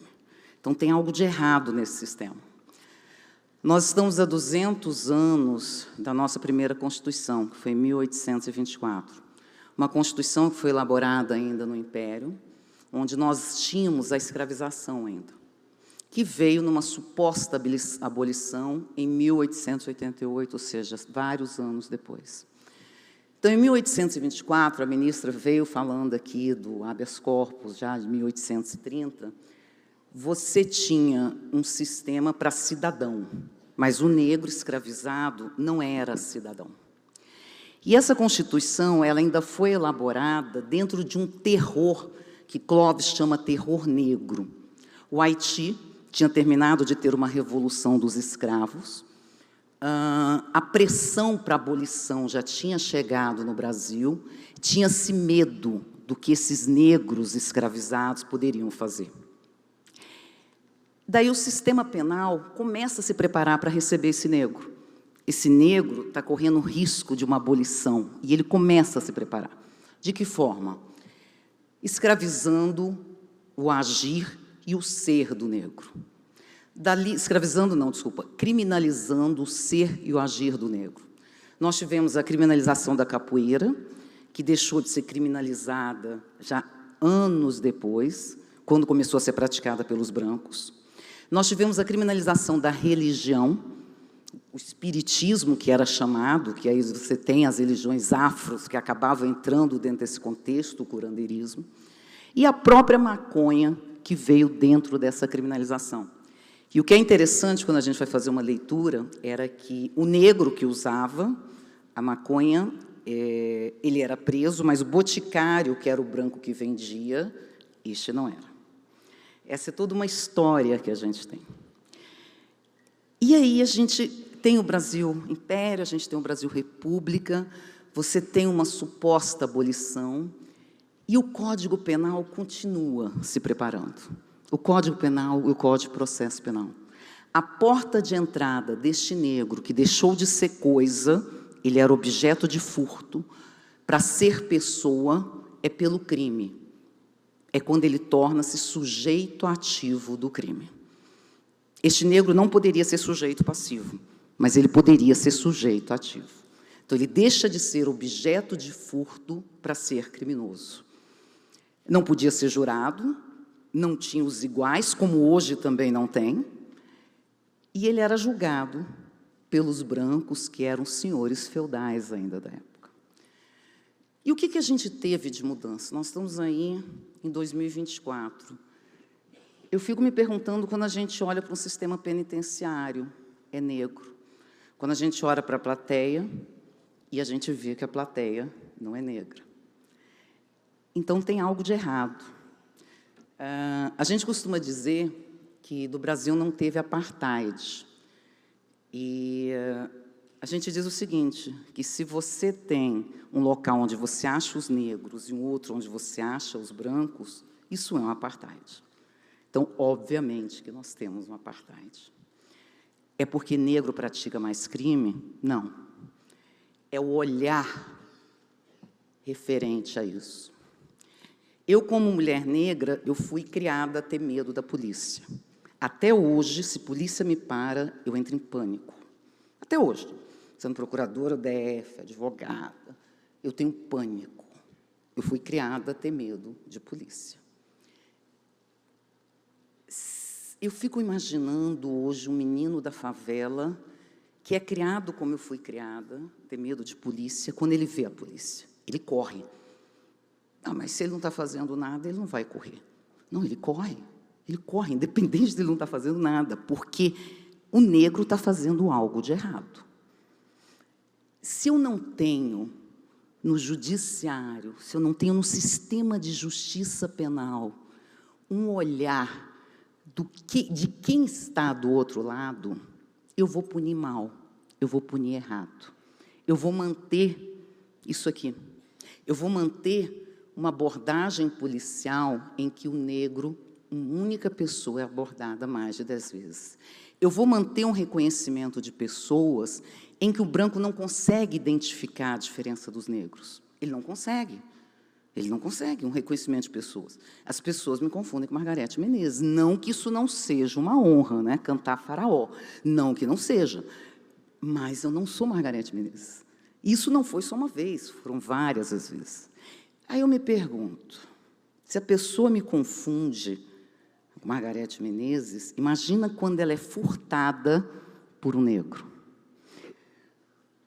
Ana, isso tem solução? Tem que ter, tem que ter. Eu sei que vem lá de baixo, que a educação é de onde se tem, mas o que a gente não pode é ficar tendo reconhecimentos de pessoas que ficam anos a fio presas para se descobrir que aquele reconhecimento não teve um mínimo de formalidade. O que eu não posso é prender porque fugiu e por pressupor que a fuga é inerente a quem praticou um crime. Bom, solução, aí eu vou falar igual a ministra Dani, né? Solução é algo que a gente também se pergunta muito. Mas eu trago alguns pontos que eu acho que precisam ser debatidos. Eu trago alguns pontos que eu venho também trazendo em palestras pelo Brasil. Eu fiquei muito feliz se a ministra que me antecedeu, porque ela traz uma fala, né, que me deixa assim, emocionado, que eu não esperaria diferente. Eu entendo que nós precisamos ter um olhar para o processo penal, já que eu tenho essa população que compõe como maioria, um olhar que eu digo que é um olhar racializado. Primeiramente, nós temos, tanto na Constituição Federal, quanto em diversas convenções das quais o Brasil é signatário, a questão do não racismo. Nós temos isso em diversas convenções, nós temos na Constituição Federal, em diversos dispositivos, em que, na realidade, nós temos, aqui, eu acho que volta aqui. Isso aqui são todos dispositivos constitucionais que falam quanto ao racismo, quanto ao não racismo. Isso está tudo na Constituição. Nós temos também diversas convenções que falam do não racismo. Inclusive, a última convenção do qual o Brasil é signatário, que é a Convenção Interamericana contra o Racismo, ela diz que qualquer ação repressiva fundamentada em qualquer dos critérios enunciados no artigo 1.1, que fala da raça, em vez de basear-se no comportamento da pessoa em informações objetivas que identifiquem seu envolvimento em atividades criminosas, é inaceitável. Diversos dispositivos constitucionais falam quanto à aversão ao racismo. E eu entendo que, quando a Constituição fala isso, ela não está preocupada apenas com a punição do racismo. Nós nem vamos falar, não é nem intenção isso aqui. Eu entendo que a Constituição ela também está preocupada com o não racismo. Como não ser racista? Como não ter uma prática racista? Primeiro, eu digo que a gente tem um princípio na Constituição Federal, que é o princípio do não racismo. Assim como o princípio do contraditório, o princípio da ampla defesa, o princípio da presunção da inocência, é um princípio que tem que constar no processo penal. É um princípio do não racismo. Qualquer ação racista, ela viola o princípio constitucional, ela viola convenções, ela viola tratados. Mas quem é louco de dizer que fulano foi racista? Bom, nós tivemos algumas sentenças que circularam o Brasil afora no ano de 2016, 2018, em que isso foi dito de forma clara, né, do estereótipo. Numa das sentenças, o juiz ou juíza dizia que a pessoa não preenche o estereótipo de bandido, pois é clara de olhos claros. Evidente que a sentença está trabalhando dentro de um contexto racista. Mas nós não vamos ter isso. Raramente, eu me lembro de um voto do ministro Sebastião, em que ele trazia um caso de abordagem, e ele dizia que, em sei quantos anos de tribunal, ele nunca tinha visto uma abordagem daquela em que realmente a pessoa havia sido abordada pelo fato de ser negro. Você não tem, mas o racismo, ele está no não dito também. O racismo, ele opera em fronteiras do não dito. Aquelas fronteiras em que a gente não diz que é racista, mas a gente é racista. É quando a gente olha para o cabelo daquela mulher negra e fala, o cabelo não combina com você. É quando a gente olha para o negro e imagina que ele é bandido. Isso é o não dito, isso é o não dito. E onde está esse racismo no sistema penal? Ele está só na abordagem policial? Não, ele não está só na abordagem policial. Nós temos a abordagem policial que foi racista, nós temos uma audiência de custódia em que isso se mantém, nós temos um MP que não vê, e nós temos um juiz que também não diz nada. Tem um trabalho muito interessante, um promotor da Bahia, Saulo Matos, em que ele faz uma pesquisa nas denúncias, numa visão racial, e ele percebe que o MP passa por aqui, inclusive abordagens que têm todo um contexto racista, o MP passa por isso como se nada acontecesse. Então, a questão não está na ponta, não está só na ponta. Ah, mas é de quem prende mal, é do policial que aborda. Sim, mas lembra que eu tenho todo um processo por onde isso passa. Tem solução? Tem que ter. A gente tem que ter. A gente tem que ir em tentativas, a gente tem que ir erros e acertos, mas a gente precisa retirar esse sistema de dentro do racismo. Nós sabemos que o sistema penal é seletivo por natureza. Ele seleciona o que punir, mas ele não pode selecionar quem punir por ser negro. O sistema penal não pode fazer isso. O que a gente vai vendo é que o sistema penal, a punição alimenta o racismo e ela é alimentada por ele. É isso que a gente vai vendo no decorrer de um processo. Aí a gente propõe algumas alternativas. Não sei se vão dar certo, mas a gente tem esperança. A gente tem que pôr raça como categoria do processo penal. Ele é preso lá na ponta como sendo negro. Quando você vai fazer uma análise dos dados estatísticos, essa raça nem é mencionada. Não se menciona, ninguém fala nada desse negro. Ele foi negro para ser preso. Daqui para frente, ele não tem cor. É o tal do mito da democracia racial, que nós temos isso, que o Brasil não é racista. E não se fala nada. Nós tivemos uma sentença muito interessante de um juiz do Tribunal de Justiça do Rio de Janeiro, o juiz André Nicoliti, em que um não vai sair, né, um praticante de violoncelo, né, não vai sair, já a segunda vez, da outra palestra também tentei, não saiu, né? Não saiu, né? Você lembra, não saiu. Ele foi preso, um rapaz negro, nunca teve nenhuma passagem pela polícia e foi preso como supostamente tendo sido identificado.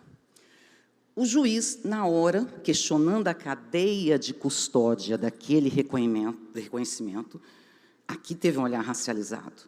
Ele se perguntou por quê? Porque a foto daquele rapaz, que nunca teve uma passagem pela polícia, constaria no álbum de suspeitos. De que forma? Por que isso constaria? E, realmente, soltou o rapaz e descobriu-se que ele realmente não tinha praticado o crime, que ele nem estava no horário, no local do crime. Aqui você teve um olhar racializado. Aqui é você se questionar, será que essa pessoa branca tem condições de reconhecer este negro? Isso é simples. Você coloca negros conhecidos para ver se ela consegue distinguir. Se ela não conseguir distinguir, ela não vai conseguir distinguir quem, na realidade, praticou um suposto ilícito. Nós temos que trazer a raça como categoria do processo penal. A raça tem que ser debatida. É racializar esse processo penal. A gente não pode ficar dizendo, mas o processo penal é racista, o direito penal é racista, o sistema penitenciário é racista, mas a gente não discute. A gente não discute ali a cor de quem é preso, porque é preso. Quando você foi preso, quando você foi abordado, Tinham quantas pessoas? Ah, éramos 2 negros e 6 brancos. E como foi a abordagem? Só os 2 negros que foram abordados. Evidente que eu tenho uma abordagem racista. Evidente que eu tenho. Isso tem que ser analisado no decorrer do processo. O MP tem que pedir, a defesa tem que instigar isso, e o juiz também tem que ficar atento para isso. Porque se eu tenho ali na ponta essa questão, e ela vai sendo convalidada no decorrer do processo, pelo meu não dito, eu estou perpetuando o racismo. Nós temos que debater isso. A doutrina tem que debater. Os livros de doutrina do direito penal e de processo penal precisam trazer a raça para esse debate. A raça não pode só existir na hora que eu sou preso e quando eu estou no sistema penitenciário.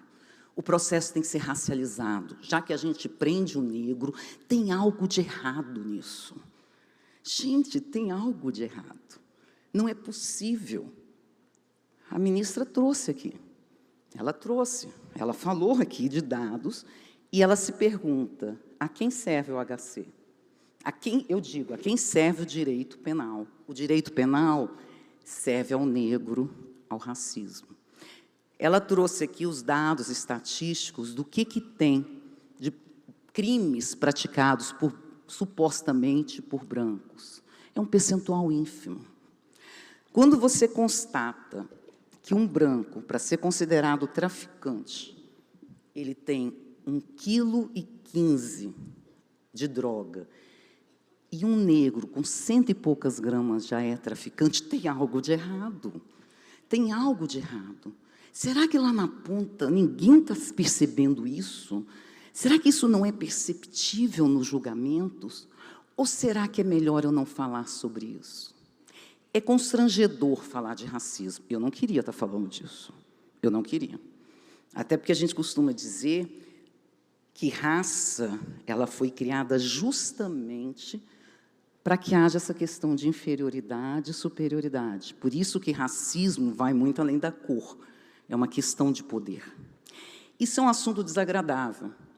Quando eu voltei para os bancos da faculdade, né, eu voltei para o banco, encontrei com a ministra, inclusive também estava voltando para os bancos da faculdade, o meu tema que eu tinha escolhido era um tema que não tinha nenhuma relação com a questão de raça. Porque eu, como mulher negra, falar de raça, só iam me ver falando de raça, e quem fala de racismo não é visto. Lá pelas tantas, eu tive um surto psicótico no meio do meu tema e resolvi voltar para algo que realmente me incomoda no direito. Mas não pode incomodar só a mim. Tem que incomodar como está incomodando a ministra. Até porque quem está julgando, quem fala do direito, quem está na ponta, são os brancos. Eu sou uma exceção, uma rara exceção dentro disso. Então, nós precisamos desse olhar racializado. Nós precisamos olhar para a Constituição e para as convenções e dizer assim, espera aí, além do princípio do contraditório, eu tenho outros princípios aqui. Eu tenho um princípio que diz que não pode ter racismo. Nós precisamos nominar esta prática foi uma prática racista. E a gente precisa o quê? A gente precisa declarar nulidade, a gente precisa ir adiante, a gente precisa ter coragem. O ministro Schietti, que eu cito em palestra, não é testemunho, não é porque ele está aqui, ele tem feito um trabalho no STJ, uma tentativa de, como é que eu diria, de sistematização, de formalização de alguns procedimentos, e um deles é o reconhecimento de pessoas. E alguns julgamentos são julgamentos estarrecedores, a grande maioria é de pessoas negras, são julgamentos estarrecedores, de reconhecimentos absurdos em que as pessoas foram condenadas. Ninguém viu nada de erro nisso. Ora, se eu tenho uma dificuldade em reconhecer a diferença entre os negros, esse procedimento tem que ser diferenciado. A pessoa que faz o reconhecimento, ela vai ter que ser testada para saber se consegue saber a diferença de um negro para outro, de uma negra para outra. Ora, se as abordagens ocorrem em territórios negros, e os negros que são abordados, mesmo com branco em volta, nós temos que ter coragem de dizer, me desculpa, mas essa abordagem foi racista. Eu tenho um princípio constitucional que diz que eu não posso ser racista. Eu sigo uma convenção que fala que ações repressivas baseadas na cor e na raça são inaceitáveis. A gente tem que olhar para isso. A gente tem que debater isso. A gente tem que falar o nome mesmo. Nós temos que dizer, nós temos um sistema penal racista e a gente tem que ir atrás de soluções. Nós temos que trazer esse debate, ministra, como a ministra tem feito em todas as palestras. Nós temos que levar isso para os julgamentos. O ministro Schetti tem debatido muito isso nos julgamentos dele. A gente precisa de toda uma coletividade para a gente mudar isso. A gente precisa de quem está começando, de quem já está na caminhada. A gente precisa que a doutrina debata isso. Talvez para quem não é negro, exista uma dificuldade em entender alguns elementos, como o exemplo que eu dei da polícia. Existe alguma dificuldade. Por isso que a gente precisa de um olhar racializado. É por isso que a gente precisa olhar para o processo penal e dizer assim, aqui mais um negro foi preso. Ele fugiu quando viu a polícia. Isso é algo natural? Lembra que você, como branco, para você isso não vai ser natural. Para o negro, lá do subúrbio, lá da favela, fugir quando vê a polícia é natural.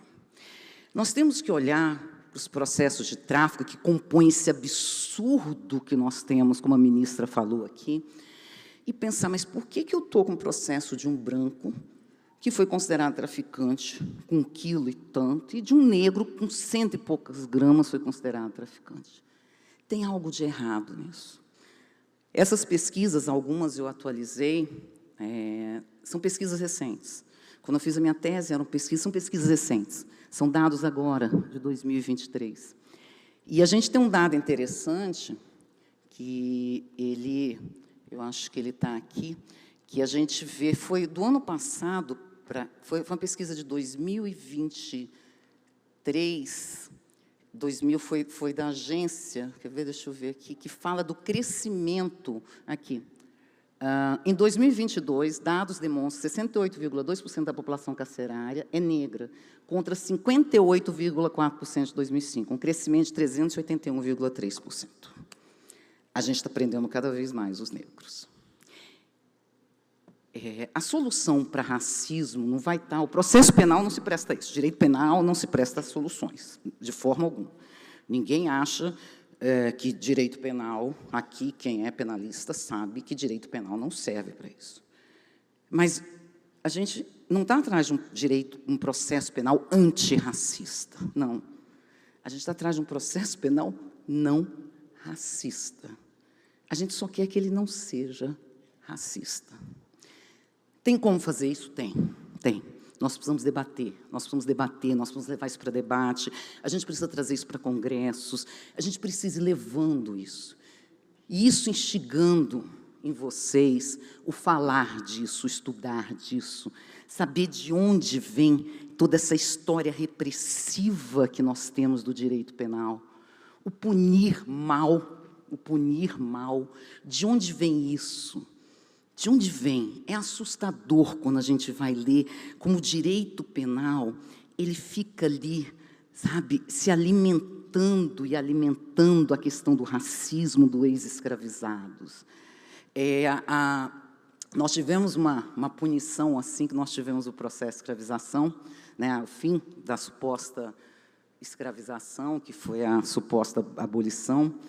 Nós tivemos a punição da mendicância, e a gente se perguntava, onde é que esses negros iam parar?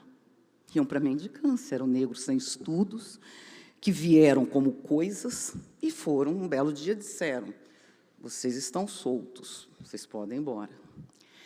É tão interessante, quando a gente vai ver a história da confissão, ministra, a gente percebe que havia um estímulo para quem confessasse, E, muitas vezes, os negros preferiam confessar para ir para a prisão do que continuar nas senzalas.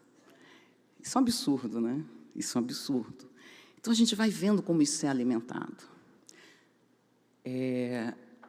Nós tivemos uma substituição das senzalas pelos presídios. Isso não pode continuar assim. Isso não pode. Nós temos que debater soluções, nós temos que dizer, nós temos, sim, um princípio que é muito maior, que é um princípio do não racismo, está ali junto com o princípio contraditório.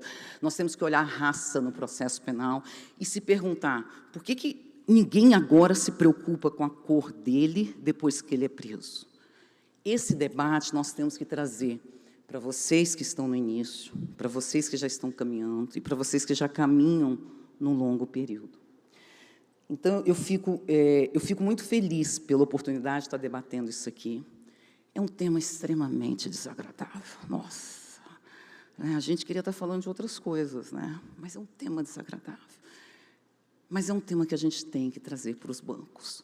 Nós precisamos trazer isso para a academia, sair um pouco também de só falar em sistema judicial penal. A doutrina tem que falar sobre isso.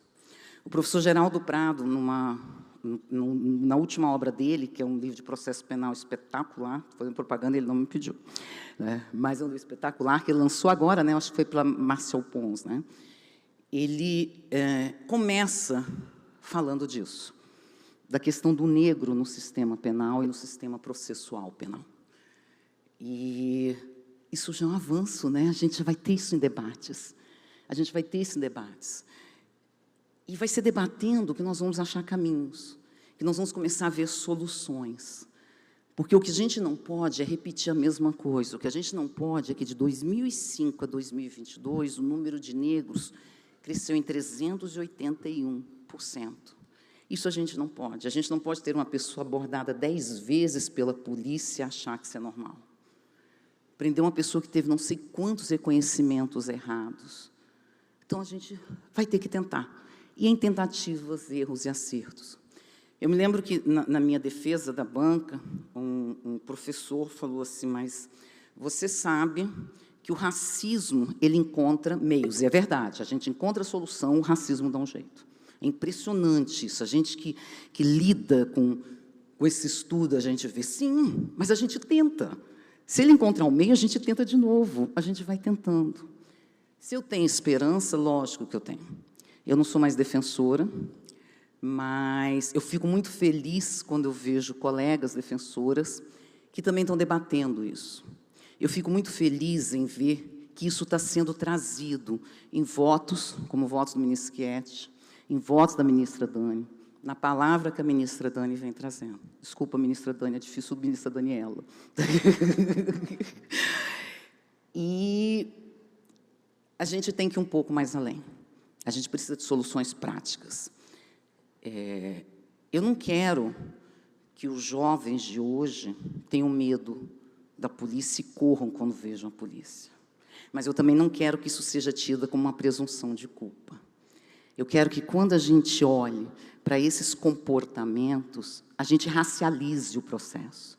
E não veja o processo como se fosse um réu branco que foi criado como réu branco. De que forma a gente vai trazer isso? Com esse debate a gente traz, com a leitura, com o conhecimento, de tentar entender como é que é esse mundo do negro, que é diferente. É diferente porque é um mundo em que eu entro em loja e sou seguida.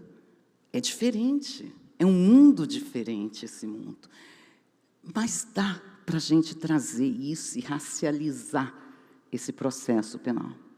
A gente trazer raça, colocar a raça como uma categoria do processo penal. A gente entender que a gente tem princípio que vai além do princípio da igualdade, que é o princípio do não racismo. Uma vez violado, ele contamina todos os procedimentos que foram racistas. Ninguém está falando em punição. Ah, vamos punir quem lá na ponta foi racista. Não. Eu até tenho minhas reservas quanto a essa questão da criminalização, mas isso é por um outro debate. O que a gente está falando é justamente não punir por causa da cor. O que a gente não pode ter é um processo penal se transformando num processo penal do autor negro, deixando de ser um processo penal do fato. Eu agradeço a todos, agradeço a oportunidade de ter podido falar um pouco sobre esse assunto que me é tão caro, e meu tempo está esgotado. É só isso. Muito obrigada. Obrigado, professora Abdala. É uma enorme honra estar participando da mesa que o senhor está presidindo e nos brindando com os poetas da nossa terra. Foi uma ideia muito legal, muito sensível. O senhor que é um apreciador das artes, da literatura, além do direito, é muito gratificante ver as suas apresentações originais, além de tudo. Queria dar boa tarde a todas e todos, boa tarde às demais autoridades aqui que compõem a mesa, tantos amigos e amigas na plateia, que eu vou me reservar a não citar ninguém. E o tema, pessoal, que me cabe hoje, dentro desse debate dos 200 anos da constitucionalização do Brasil, nos leva a uma jornada do Tribunal de Cúpula na época do Império. É isso que eu quero debater um pouco, até um pouco animado pela palestra do ministro Og de ontem, que falou para nós a respeito do Supremo Tribunal na época da República. E isso me incentivou a resgatar uma pesquisa que eu fiz há alguns anos a respeito da competência criminal do Supremo Tribunal de Justiça da época do Império. E começa a nossa discussão em 1829, porque, apesar de ter uma previsão já em 1824 de termos um tribunal de cúpula, como acontecia em muitas nações naquela época, o tribunal ele só é instalado em 1824. E, como vocês podem ver, uma lei anterior, de 18 de setembro de 1828, regulamenta a instalação daquele novo tribunal. Havia uma composição de 17 juízes que alçavam esse tribunal de cúpula exclusivamente por antiguidade. Os tribunais de justiça, então, eram chamados de tribunais das relações, e os juízes mais antigos é que alçavam a esse tribunal de cúpula.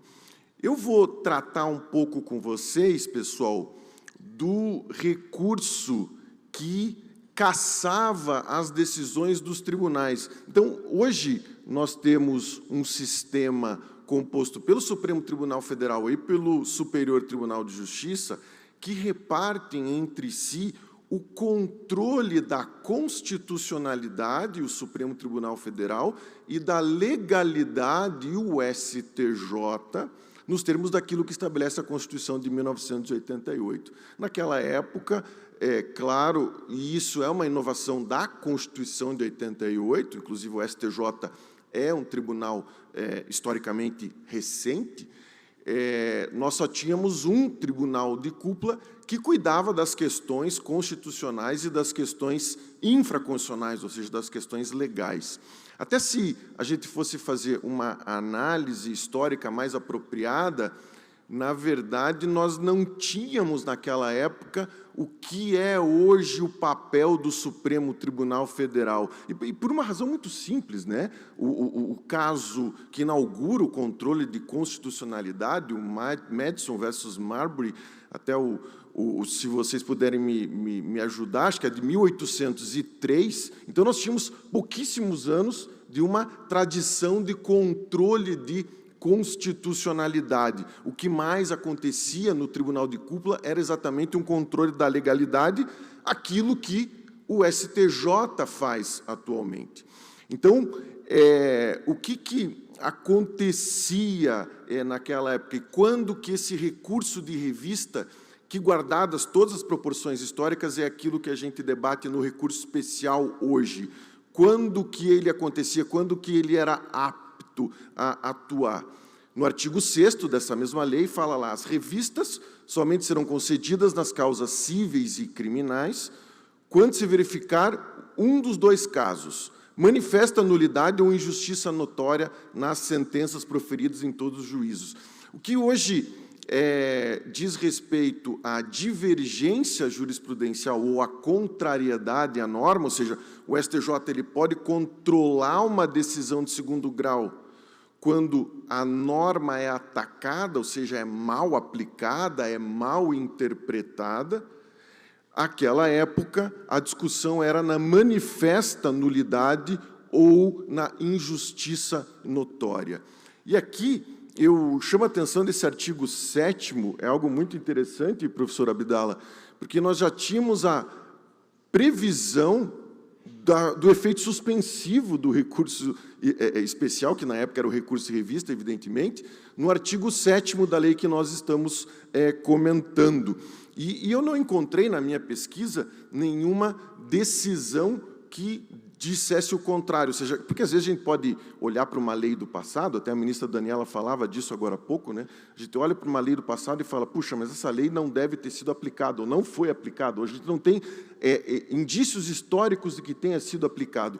Mas aqui, ao contrário, nós não temos elementos para dizer que não havia efeito suspensivo. Havia, sim, um efeito suspensivo, tanto que os processos eram julgados, porque, se não houvessem, a gente tinha prisão perpétua e até a decretação da morte, né, como pena, os recursos teriam sido julgados prejudicados. Um aspecto interessante, Ana, é a tempestividade, porque não tinha prazo para o recurso. Olha que coisa maravilhosa, né? Isso ia facilitar muito a nossa vida, né? Porque eu já vou chegar por quê na questão histórica, mas olhe lá o artigo 9º, né? Esta manifestação será feita dentro de 10 dias da sentença e logo intimada a parte contrária, salvo nas causas criminais, nas quais poderá ser feita não só enquanto durar a pena, mas ainda mesmo depois executadas as sentenças. Ou seja, não tinha prazo. E esse é um negócio interessante que o Arno e a Maria José Welling explicam nesse livro, aí, Direito e Justiça no Brasil Colonial, que era a grande dificuldade estrutural do Brasil naquela época, né? Imagine, não havia estradas, não havia meios de protocolar o recurso. Então, como é que você vai exigir os 5 dias, os 10 dias?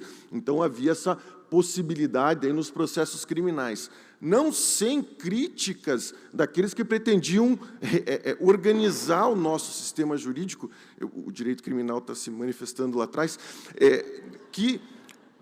como o José Antônio Pimenta Bueno, o famoso Pimenta Bueno, que falava, poxa, mas é um absurdo, nós não temos prazo, etc., mas era uma crítica um tanto, como que poderíamos dizer, sem tentar ser anacrônico, um pouco elitista, né, de quem vivia no Rio de Janeiro, advogava no Rio de Janeiro, foi membro, né, das altas classes no Rio de Janeiro, e onde ficava tudo fácil, né, de fazer e protocolar.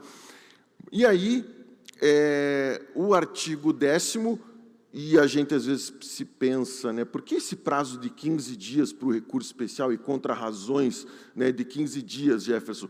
De onde que surge isso? Então, a gente vê, de novo, nessa lei interposto recurso e revista, as partes vão ter 15 dias para contra-arrazoar, né? Então, é importante dizer que o STJ, na época, o Supremo Tribunal de Justiça, era um tribunal de cassação. Isso significava dizer, pessoal, que a decisão ela não era substituída por outra decisão. Era uma decisão como hoje a gente tem no Tribunal do Júri, Avelar, que o tribunal anulava e mandava que outro recurso de apelação fosse julgado.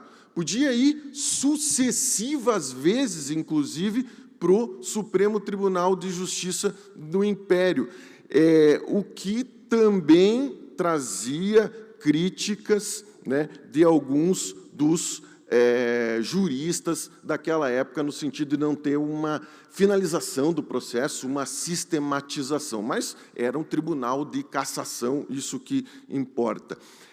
Havia 17 ministros, eu falei isso no início, mas não tinha turmas, sessões ou câmaras para dividir o trabalho. Então, todos os ministros, eles participavam de todas as sessões, de todos os julgamentos. Isso eu pude ver, não só pela regulamentação da lei, mas analisando os próprios acordos da época do Império, onde tinha muito debate, votos vencidos e uma grande discussão entre os ministros e vários votos, né,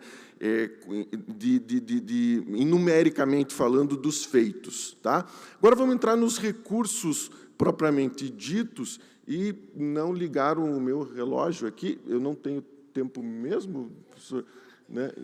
O relógio não está ligado, então não, acho que acabou meu tempo, pessoal. Mas vamos lá, como o professor Abdala falou, né, eu sou o vice, vou usar da minha prerrogativa, mesmo que seja impeachmentado posteriormente. Os recursos criminais que eu analisei, pessoal, da época do Império, eu encontrei nesse livro aqui, de 1868, que foi organizado pelo Manuel da Silva Mafra, que era um juiz de primeiro grau e que teve a paciência de colecionar, pessoal, compilar vários acórdãos de 1841 até 1867. Ele compilou 358 acórdãos. Mas alguém ia perguntar para mim, ok, professor, mas 358, isso é relevante estatisticamente? E aí, que é sempre o que eu pergunto para meus alunos, quando eles vêm com algum trabalho, alguma ideia para mim, tá, mas você está afirmando isso por quê? Com quem? Quantos acordos você leu, né, para falar isso do princípio da insignificância, para falar isso da aplicação da pena, para falar isso, sabe, sei lá o quê? Mas aí, lendo o livro do professor José Reinaldo de Lima Lopes, sobre também o Supremo Tribunal de Justiça na época do Império, ele consultou os relatórios que os ministros da Justiça mandavam para a Assembleia Geral, né, que era a Câmara dos Deputados, o parlamento, né, da época. E, pessoal, nesse período pesquisado, foram julgados 3.976 recursos de revista e 682 eram criminais, o que nos leva a verificar que esses são 358, eu analisei 81 acórdãos, que eu analisei quase 12% dos recursos que a gente tem notícia histórica, ou 60% daqueles que foram concedidos, o que eu entendo que tenha uma relevância estatística. Tá? E aí vamos para a parte mais interessante de toda essa discussão, que são os casos concretos. O que a gente viu que acontecia na jurisprudência criminal do século XIX pelo nosso órgão de cúpula, pessoal? Primeiro, de forma absolutamente surpreendente, pessoal, um apego à legalidade e ao formalismo que nem a menina lá, a senhora que serviu os docinhos no casamento da filha do professor Barroso, ostentava. Era uma coisa impressionante o apego à lei, à legalidade e às formas do processo. E a gente verifica isso a partir de alguns exemplos. O primeiro deles, esse recurso de revista que foi julgado em abril de 1849 e que foi concedida à revista porque a condenação havia sido feita sem provas, o que seria uma ofensa ao artigo 36 do Código Criminal do Império, que dizia: nenhuma presunção, por mais veemente que seja, dará motivo para imposição da pena. E aí eu entro num conjunto de casos que me chamaram muito a atenção quando eu fiz essa pesquisa, pessoal, que dizem respeito à aplicabilidade da mais draconiana, da mais drástica, da mais absurda lei da nossa época imperial, que é essa lei 10 de julho de 1835.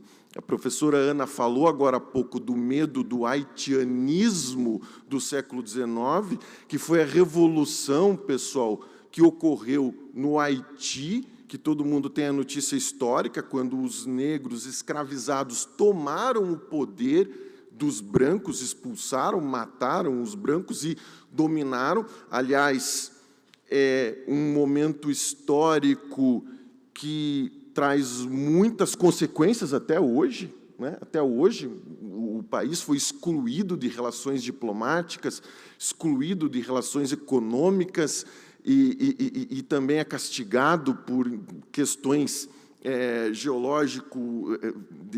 climáticas, mas esse é um outro debate. Mas o que acontece em 1835? Uma lei, pessoal, que punia com a pena de morte os escravos ou escravas que matassem, por qualquer maneira, o senhor ou a sua mulher, os descendentes e os ascendentes do senhor. Em tais delitos, daí falava o artigo 4º, a imposição de pena de morte será vencida por 2/3 do número de votos, só que a parte final que chama atenção. E a sentença, se for condenatória, será executada sem recurso algum. Então, nós tínhamos uma hipótese de pena de morte para escravos que, condenados, não haveria a possibilidade de recurso. E eis a surpresa, pessoal, quando eu me deparo com esse caso aqui, julgado em novembro de 1843, que o José Joaquim do Carmo recorreu como curador do seu escravo, e a revista é concedida para garantir a ele um direito a recurso, porque houve nessa hipótese aqui uma interpretação extensiva daquela lei de 1835, ou seja, eles estavam querendo abranger outros crimes praticados pelos escravos, que não aquele limitado pela lei, a irrecorribilidade. Olhem só que coisa. E o tribunal, e para mim, de uma forma muito surpreendente, porque você fica pensando assim, imagine o que deve ser o Supremo Tribunal de Justiça no Império. Aquilo lá é uma bagunça, uma ilegalidade, uma troca de favores, no máximo, um clientelismo. Essa era a minha hipótese inicial de pesquisa, inclusive, né? E aí a gente se depara com essas decisões, anulando processos de escravos, para que outra decisão fosse proferida, para que houvesse a possibilidade de recursos. Isso não aconteceu uma vez só nessa minha pesquisa, pessoal. Isso aconteceu duas oportunidades. Um outro recurso lá que foi julgado em 20 de agosto de 1852, né, diga-se, e outro recurso ainda interposto pelo próprio escravo Ismael, que foi julgado em 4 de fevereiro de 1863. Então, essas são as decisões com as quais eu me deparei. Eu citaria o último, que também tem a ver com esses castigos drásticos daquela época, que era uma aplicação da pena de galés. Galés, pessoal, são aquelas penas de trabalhos forçados, para um menor de 21 anos na época, o que também era ilegal e o que também foi cassado pelo Supremo Tribunal de Justiça daquela época. E aí eu já parto para as conclusões, pessoal. A gente verifica, então, um liberalismo da jurisprudência criminal do Supremo Tribunal de Justiça nessa época. A minha pesquisa termina em 1871, porque, a partir desse momento, eu não tive mais fontes históricas para pesquisar, em uma razão. E a segunda razão é que 1871 é o ano que é inventado essa bizarraria que nós temos no nosso sistema jurídico, que perdura até hoje, que é o inquérito policial. E aí muda todo o sistema, a gente sai do sistema acusatório para um sistema, né, inquisitorial, propriamente dito. E o que a gente vê é esse liberalismo. E por que falar de um liberalismo? Por conta das criminalizações concretas, ou seja, com base na tipificação e a incidência de leis e garantias individuais. Só que eu não vou tão longe assim, pessoal, nessas conclusões, para dizer, nossa, havia defesa de direitos e garantias individuais no século XIX, coisa que não acontece hoje no Brasil, porque era um liberalismo, pessoal, bastante comedido, bastante conservador, por que não dizer, porque não se falava em garantias individuais do cidadão e tampouco em limitação do poder punitivo do Estado. Era um liberalismo conservador. Por quê? Porque calcado na legalidade, na estabilidade institucional do Império e na igualdade jurídica. Esse é o grande ponto. E é interessante a gente pensar na própria vida do Tobias Barreto. Tobias Barreto era um penalista extremamente liberal naquela época, mas que, pessoal, não fazia com que ele não tivesse escravos, ele tinha escravos. E, inclusive, ele achava as sociedades protetoras de animais muito mais cristãs, como o Hermes Lima fala nesse livro da biografia dele, do que as organizações que pleiteavam a abolição da escravatura naquela época. O que eu quero trazer com essa discussão, pessoal, nos últimos 12 segundos que me restam, essa foi a forma como aquela sociedade deu conta da ameaça dos escravos, né? A Vera Malaguti tem um livro muito interessante, que é O Medo na Cidade do Rio de Janeiro, que retrata esse momento histórico, mas, ao mesmo tempo, uma ameaça muito grande, mas com respeito às leis, com respeito à institucionalidade. E o fato é que, hoje, nós estamos diante de outras ameaças. Eu acabei de ler o livro do Bruno Paes Manso, um livro que eu indico a todo mundo ler, pessoal, A Fé e o Fuzil, Crime e Religião no Brasil no século XXI, e ele mostra o poder do crime organizado, o poder dessas milícias, que a ministra acabou de dizer, é 1% dos casos que acabam chegando. Eu estou confundindo, claro, milícia, crime organizado, com as organizações criminosas que acabam sendo, né, o objeto lá dos processos de forma muito pouco técnica. O fato é que nós precisamos dar conta desses nossos problemas atuais, pessoal, mas com segurança jurídica, com previsibilidade, com tratamento igualitário para todo mundo. Nós não podemos ter concessão de direitos para determinadas classes em detrimento de outras. Nós não podemos ter conceitos jurídicos que são tirados do bolso para ser aplicados como uma fórmula mágica de resolução do caso, sem que se reflita a respeito daquele conteúdo. Nós precisamos estabelecer critérios na nossa justiça criminal, critérios que sejam igualitários, e aí a gente vai exatamente na questão da quantidade de peso da droga do branco para os negros e de tantos outros problemas que nós temos, que são técnicos, jurídicos, dogmáticos, e que têm razão nessa ideologia difusa de que a gente precisa se defender a todo custo e de qualquer jeito. Não, no século XIX a gente não se defendia a todo custo e de qualquer jeito, por conta de uma corte que controlava a forma como o poder judiciário e como as autoridades públicas deveriam proceder. Eu imagino que nós tenhamos todas as condições de fazer isso no século XX, a começar pela definição de quais bens jurídicos nós queremos defender. Eu não consigo entender como é que a gente consegue viver numa sociedade onde a gente prende maconheiro e deixa solto responsáveis por Brumadinho, deixa solto responsáveis por enchentes que destroem vidas de pessoas, deixa solto pessoas que cometem crimes financeiros, que desestabilizam o mercado.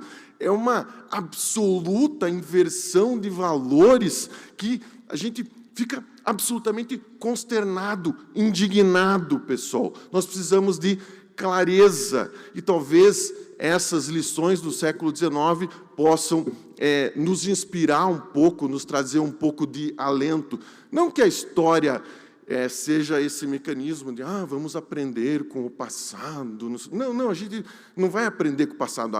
A história não é assim, a história é muito mais dinâmica, ela é muito mais multicausal, mas a gente precisa, por exemplo, parar de ficar sustentando que o problema da violência policial é por conta de um raciocínio inquisitorial lá da Europa do século XIII, quando a gente teve 300 anos de escravidão no nosso país, que terminou há pouco, galera. A razão é essa. A razão não é a Inquisição da Igreja Católica lá na Espanha, no século XIII, no século XIV. Foi que a gente tem uma escravidão que bateu agora há pouco, e no qual a violência era usada e desusada da forma como as autoridades quiseram. A gente precisa de controle social, é evidente, mas a gente precisa de critérios, de uma justiça digna, de uma justiça criminal igualitária. É isso. Obrigado, pessoal.